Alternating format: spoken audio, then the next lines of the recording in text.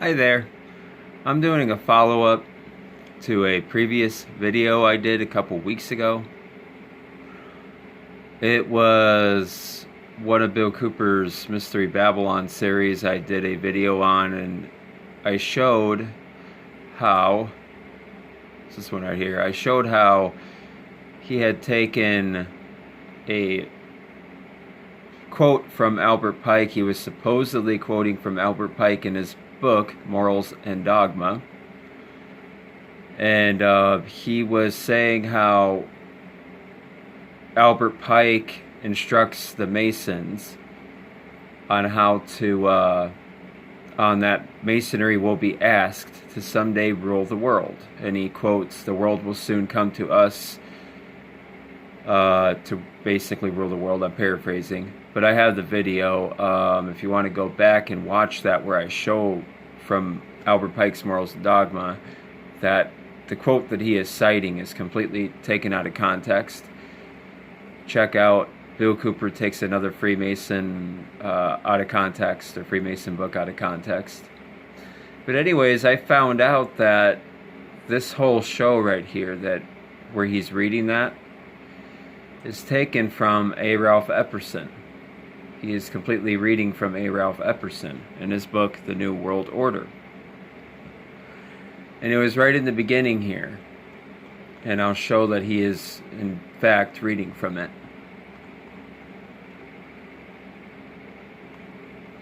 Right here. Okay. So I'm going to start the video here with Bill Cooper, showing that he's reading from here, just to show that I'm not lying. Okay. Let's turn it up. Today's newspapers, folks, are full of stories about the rampant rise in divorce rates, the increasing abuse of children by some parents, increases in the incidence of rape, pornography being read by an increasing number of people, more crimes against property, demands for world government, urgings for national borders to fall, Christian churches being closed because they will not seek licensing by the state, etc., etc., etc., and I could go on and on and on and on and on. But why? Why are these things happening? Why are all of the legacies of the past, the family, national borders, the right to practice any chosen religion, the right to private property, among other things, under such an attack? Is it possible that there are actually people and organizations who really want to change the basic order of things? Well, my regular listeners know the answer to that. Clues to the I think answers that's enough to these questions. to show that he was reading from that. Okay, so you know he's reading from this introduction to A. Ralph Epperson's book. And you can listen to this full if you want. Follow along with them here. I found this on PDF, lovethetruth.com. But anyways, he's reading this whole thing, and then he starts getting into Albert Pike.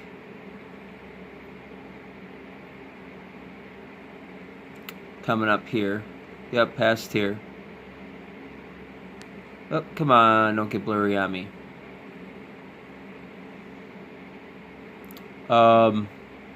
Yep, right here he starts getting into Albert Pike. Okay. He wrote a book entitled Morals and Dogma. Mr. Pike has been praised by his fellow Masons as a member almost without parallel in the history of the Masonic Order. Carl Cloudy, himself a Masonic writer of great esteem, wrote this about him, quote, "Albert Pike, one of the greatest geniuses Freemasonry has ever known. He was a mystic, symbolist, a teacher of the hidden truths of Masonry. So the outsider can know whenever Mr. Pike speaks, he speaks with authority and knowledge." Okay, so his book is given to each Scottish Rite Southern Jurisdiction Freemason who is asked to read it. There seems to be a difference of opinion as to whether or not this book is still required reading for each Scottish Rite Mason.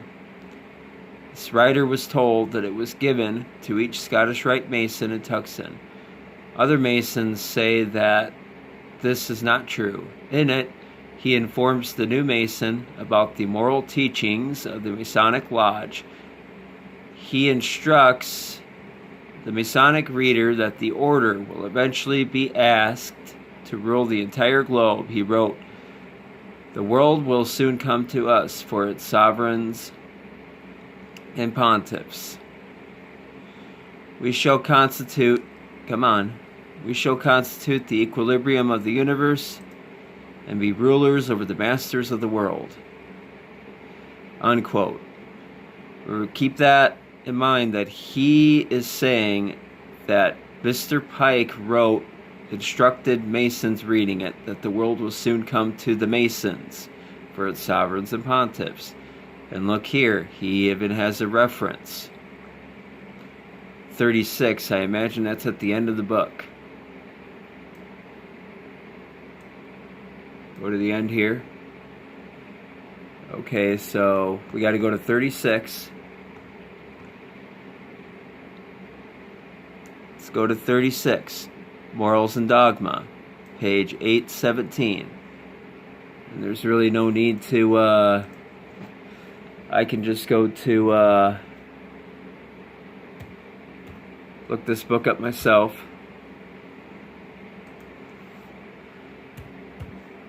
Morals and Dogma. I need my...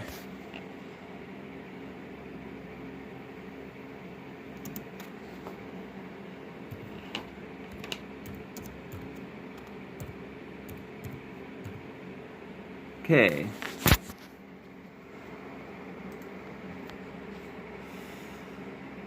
Okay. Huh. He's got one on white Aryan resistance. I wanted to find the full text on archive.org.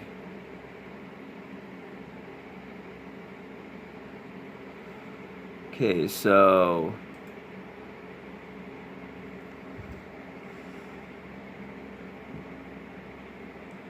I imagine there's a bunch of morals and dogma, but I kind of wanted to get the, sorry. Because I know what skeptics are going to say, or who don't believe me. They're going to say, well, you got to get the original book, so that's what I'm doing. Okay. Morals and Dogma Archive, because I have more than just one version.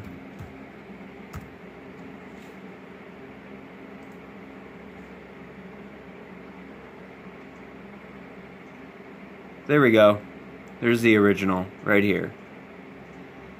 So what would I do to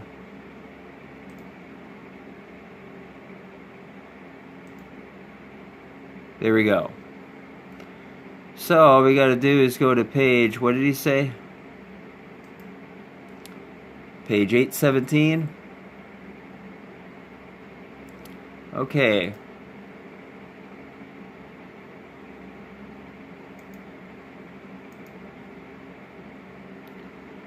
Okay, so come on, getting there.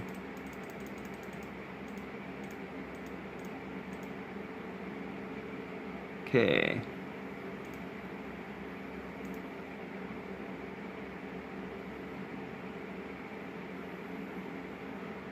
Okay, so now when you start right here, and I pointed out in this video right here, A. Ralph Epperson is saying that Albert Pike is instructing the Masons that the world will soon come to us, as in the Masons, for its sovereigns and pontiffs. We shall constitute the equilibrium of the universe and be rulers over the masters of the world. Okay. Well, notice the quotation marks again. I point out in my last video. This is definitely quoting somebody else, and you go up here.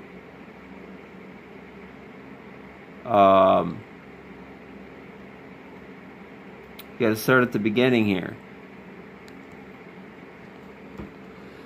You read that. An enemy of the Templars shall tell us the secret of this papal hostility against an order that has existed for centuries, and despite of its anathemas, and has its sanctuaries in Esala, even in Rome. It will be easy, as we read, to separate the false from the true, the audacious conjectures from these simple facts. And he starts quoting. This is not Albert Pike speaking. He is quoting an enemy of the Templars. So let's go back. See? He's talking about the Templars, and he's quoting somebody else. He's not saying anything. He's quoting.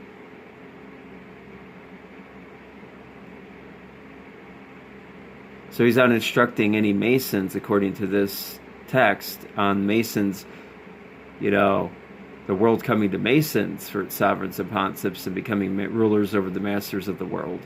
No, he's saying that that was basically the fears that the enemies of the Templars had, why the persecution and why they considered him a threat. Templars. Okay, so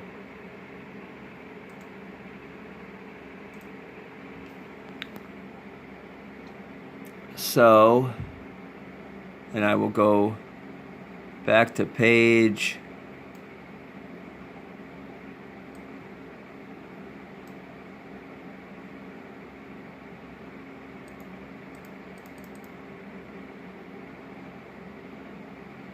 'll just go back to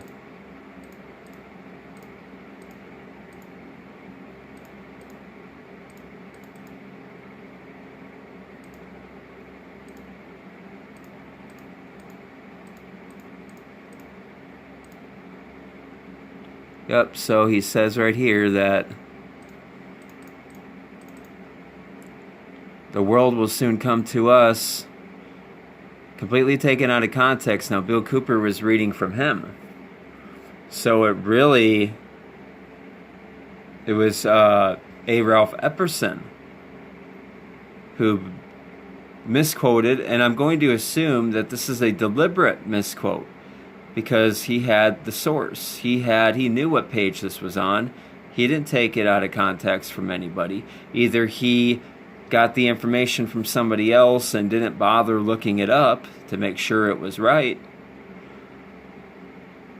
or he knew it was there, but he wanted to throw this in here to deliberately misquote Pike for some reason. I will leave that to the viewer here. And Bill Cooper picked it up and reading it without himself checking. And of course, if he had supposedly read Morals and Dogma like he said he said he's read everything on Albert Pike, he himself would have known, or at least should have checked. And he could have checked by looking at the source in this book. He could have went to 36 in the back of the book, looked up Morals and Dogma, found the quote, found out it was taken out of context, but no, he went with it. What reason do they use these false quotes like this? Is it to discredit,